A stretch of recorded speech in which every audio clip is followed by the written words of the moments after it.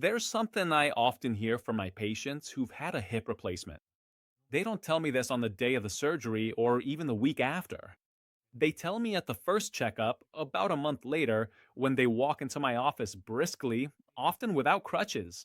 They look at me and say, "Doctor, why did I wait so long? If I'd known, I would have done this 2 years ago."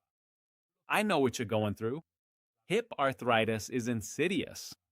It starts with not being able to put on your socks or shoes by yourself anymore. Then there's that sharp pain in your groin when you get out of the car. And eventually, you stop doing the things you love. No more walks, no tennis, and you start saying no to friends because you're afraid of slowing them down. And yet, you keep putting it off. Why? Because the idea of someone cutting your bone and putting in a piece of metal terrifies you. Today, I want to make a deal with you. Set aside your fear for 5 minutes and let me explain why hip replacement is considered, in medicine, the operation of the century. Hello, everyone.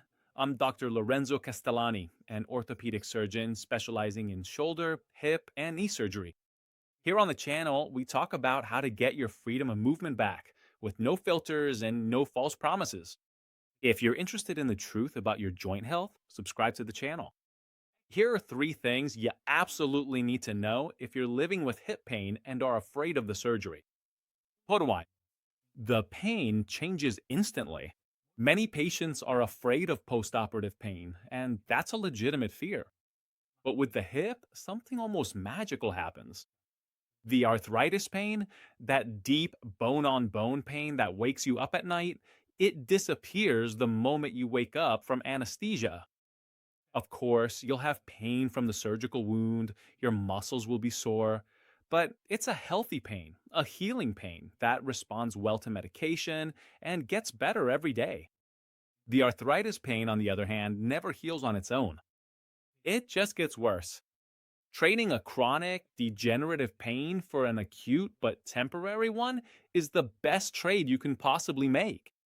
Point two, you won't be an invalid for months. There's this myth that after a hip replacement, you have to stay in bed, immobile for weeks. Fish. Today, thanks to minimally invasive techniques and rapid recovery protocols, the famous fast track, the goal is to get you on your feet just hours after the surgery. Yes, you heard that right. The same day as the operation, the physical therapist will get you on your feet. Why? Because the new hip is solid right away. It doesn't need weeks to set before it can bear weight. Walking right away reduces risks and speeds up your psychological recovery. It makes you realize immediately, hey, I can do this.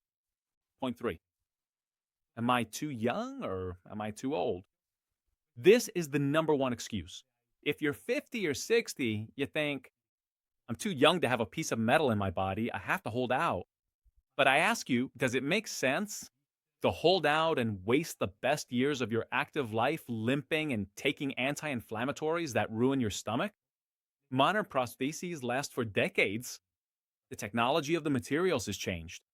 The goal is to help you live well now, not in 15 years. And if you're 80 and think you're too old, remember that the hip is the joint that gives you your autonomy. Having the surgery means you can keep living in your own home, go grocery shopping, and be independent. Age isn't a number on your ID card, it's your biological health.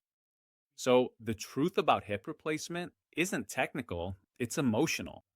The hardest part of this procedure isn't the surgery itself or the rehabilitation. The hardest part is making the decision to do it. It's overcoming that initial fear. But I assure you, once you've taken that first step, once you feel that painful click and your groin is gone, your only thought will be, why didn't I do this sooner? Now, I want to know your story. What's the one thing you miss doing most because of your hip pain? Tying your shoes, hiking in the mountains, playing with your grandkids? Let me know down below in the comments. If this video has given you a bit of courage, leave a like and subscribe. See you in the next video.